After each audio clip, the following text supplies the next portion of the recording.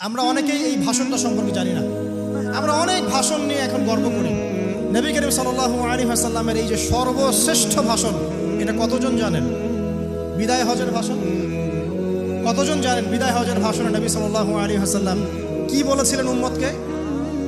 আমরা একটু আপনাদেরকে শোনাবো, শুনিয়ে ইনশাআল্লাহ লেকচারটা শেষ করব। নবী করিম সাল্লাল্লাহু আলাইহি ওয়াসাল্লাম এই দিনে 31টা বিষয়ে উম্মতকে নির্দেশ দিয়েছেন। 31টা বিষয়, সবগুলো বলার সময় পাওয়া যাবে না, আমি কয়েকটা কথা বলছি। নবী করিম সাল্লাল্লাহু আলাইহি ওয়াসাল্লাম সবার সামনে দাঁড়িয়ে দীর্ঘ 23 বছর অক্লান্ত পরিশ্রম করে দাওয়াতি মিশন কমপ্লিট করার পরে সবাইকে সমবেত করে একটা হজ করলেন।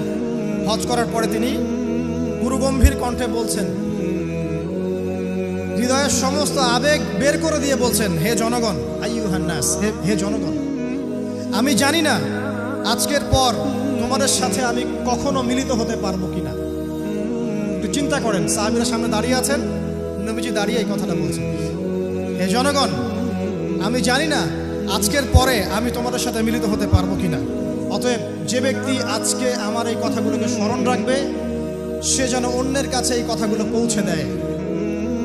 হতে পারে যার কাছে পৌঁছে দেওয়া হচ্ছে সেই এই কথাগুলোকে বেশি সংরক্ষণ করতে পারবে। আল্লাহ পাক তার প্রতি রহম করুন যে আমার এই কথাগুলোকে অন্যের কাছে পৌঁছে দেবে। নবীজির ভাষণ। এরপর নবীজি বলছেন, জেনে রাখো, নিশ্চয়ই তোমাদের পরস্পরের, মুসলিমদের পরস্পরের সম্পদ, পরস্পরের রক্ত, পরস্পরের এই যে জান, মাল, ইজ্জত, এগুলো একে অপরের জন্য হারাম। মুসলিমদের পরস্পরের রক্ত, পরস্পরের ইজ্জত, সম্মান একে অপরের জন্য হারাম। এর হানি করা একে অপরের জন্য হারাম।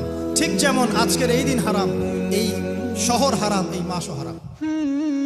নবী করিম সাল্লাল্লাহু আলাইহি ওয়াসাল্লাম বলছিলেন, জেনে রাখো, 3টা বিষয়ে যেন তোমাদের অন্তর কখনো খেয়ানত না করে। 3টা বিষয়ে তোমাদের অন্তর যেন কখনো খেয়ানত না করে। 1, তোমরা যে কাজটাই করবা শুধু আল্লাহ পাকের সন্তুষ্টির জন্য করবে। তোমরা যে কাজই করবে শুধু আল্লাহর সন্তুষ্টির জন্য করবে। তোমাদের শাসক বর্গের কল্যাণ কামনা করবে। তোমাদের শাসক বর্গের কল্যাণ কামনা করবে। 3 নাম্বার, মুসলিমদের জামাতকে আঁকড়ে ধরে রাখবে। মুসলিমদের ইউনাইটেড কমিউনিটিকে আঁকড়ে ধরে থাকবে। এই 3টা বিষয় পালনের ক্ষেত্রে তোমাদের অন্তর যেন খেয়ানত না করে। এদিন সূর্য ঢলে যাওয়ার পরে নবী সাল্লাল্লাহু আলাইহি ওয়াসাল্লাম আরো বললেন, শুনে রাখো হে মানব জাতি, এটা ভালো করে শোনেন, শুনে রাখো হে মানব জাতি, নিশ্চয়ই আমি মুহাম্মদ সাল্লাল্লাহু আলাইহি ওয়াসাল্লাম জাহেলি যুগের যত কুপ্রথা আছে সমস্ত কুপ্রথাকে আমার পায়ের তলে পিষ্ট করে গেলাম। জাহেলি যুগে কি ছিল ভাই? শিরিক ছিল, সুদ ছিল, মাদক ছিল, নারীর অবমাননা ছিল, কন্যা সন্তানকে দাফন করা হতো, রক্তক্ষয়ী, হানাহানি, মারামারি, কাটাকাটি ছিল। এগুলো সব কিছুকে আমি আমার পায়ের তলে দাফন করে গেলাম। এটা কি দাফন হয়েছে? তিনি বলছেন, নিশ্চয়ই আমি জাহেলি যুগের সুদকে আমার পায়ের তলে পিষ্ট করে যাচ্ছি। সর্বপ্রথম যার সুদ আমি পিষ্ট করছি তিনি হচ্ছেন আব্বাস ইবনে আব্দুল মুত্তালিব, আমার চাচার সুদ। নিজের পরিবার থেকে দৃষ্টান্ত স্থাপন করলেন। তিনি আরো বললেন, হে উপস্থিত জনগণ, তোমরা মেয়েদের ব্যাপারে সতর্ক থাকবে এবং তোমাদের স্ত্রীদের ব্যাপারে সতর্ক থাকবে, তাদের হকের ব্যাপারে সতর্ক থাকবে, কেননা তোমরা তাদেরকে আল্লাহর কালিমার মাধ্যমে হালাল করে নিয়েছো। অতএব তাদের ব্যাপারে তোমরা সতর্ক থাকবে। তোমাদের উপর তাদের হক হচ্ছে তোমরা যা খাবে, যা পরবে, তাদেরকেও তাই খাওয়াবে, তাই পরাবে। আর তাদের উপর তোমাদের হক হচ্ছে তারা তোমাদের বিছানায় এমন কাউকে আসতে দিবে না যাদেরকে তোমরা অপছন্দ করো।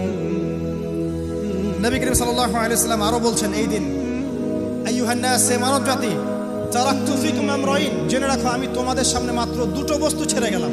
কয়টা বস্তু? লান তাদিল্লু মা তামাসসাকতুম বিহিমা, তোমরা কোনোদিন পথভ্রষ্ট হবে না যতদিন এই 2টা বস্তুকে আঁকড়ে ধরে থাকবে। কিতাব আল্লাহ, আল্লাহর কিতাব, ওয়া সুন্নতি নবীহি, এবং তার নবীর সুন্নাহ।